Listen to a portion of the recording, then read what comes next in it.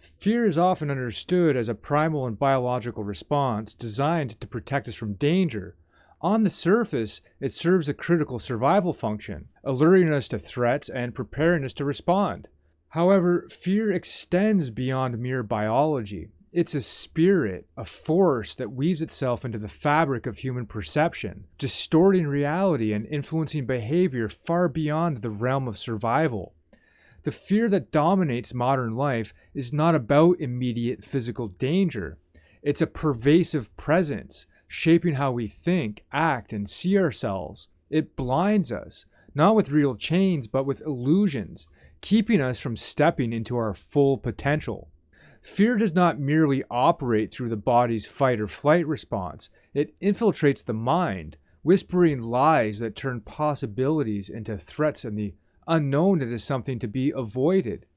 It's not just a feeling, but a force, one that can take a hold of an individual, a community, or an entire civilization. Fear, when left unchecked, is not a passive reaction, but an active influence, shaping belief, culture, and even spiritual realities. It convinces us to stay small, to avoid risk, and to submit to control in the name of safety. The greatest deception of fear is that it masquerades as wisdom. It tells us that caution is prudence, that avoidance is intelligence, and that submission to its voice is the only way to survive. But true wisdom does not arise from fear. It arises from clarity, from the ability to see beyond the illusions fear creates.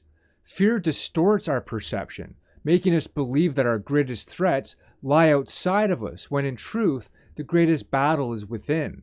It's not the world that limits us, but the spirit of fear that infects our thinking. Fear's power is in its ability to shape identity. It convinces us that we're weak, fragile, and incapable. It tells us that failure is unbearable, that rejection's unbearable, and that stepping outside of the known is a risk too great to take.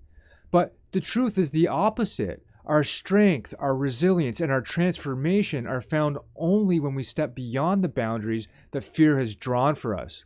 Every time we resist fear's voice, we reclaim a piece of our true power. To break free from fear, we must recognize it as something external to our true nature. It is not an inherent part of who we are. It's an invading presence that seeks to govern our outcomes. Fear is not to be obeyed, but confronted. This does not mean recklessness or blind defiance, but a deep and conscious understanding that fear thrives in deception. It tells us we're powerless, when in truth, we are far more powerful than we realize.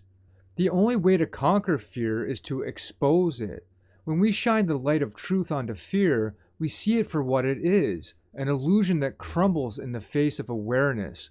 Fear controls only those who believe its lies.